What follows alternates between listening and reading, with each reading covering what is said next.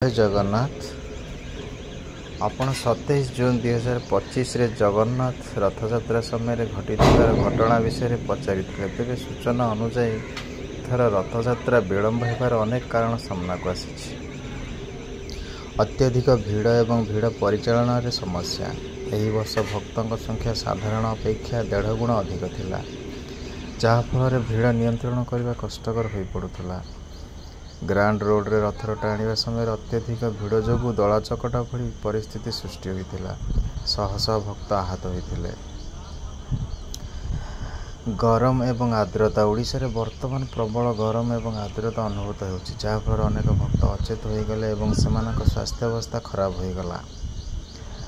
Report अनुसार रथ फसीगला। यात्रा पथ मध्य एक मोड़े प्रभु बलभद्र रथ टाणिबारे बहुत असुविधा होइतिला एवं यह फसीगला, जहाँफल यात्रार गति मंथर होइगला एवं भीड़ आहुरी बढ़ीगला।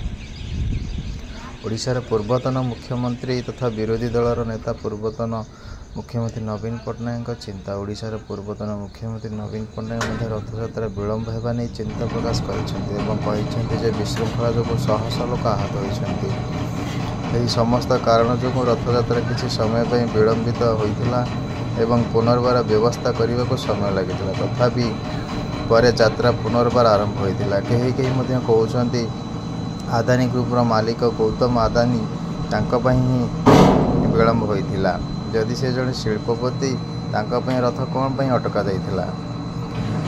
महाप्रभु श्री जगन्नाथ भक्त मानकर ना शिल्पपति मानकर, यह दृढ़ घोर निंदा करुअछि। जय जगन्नाथ।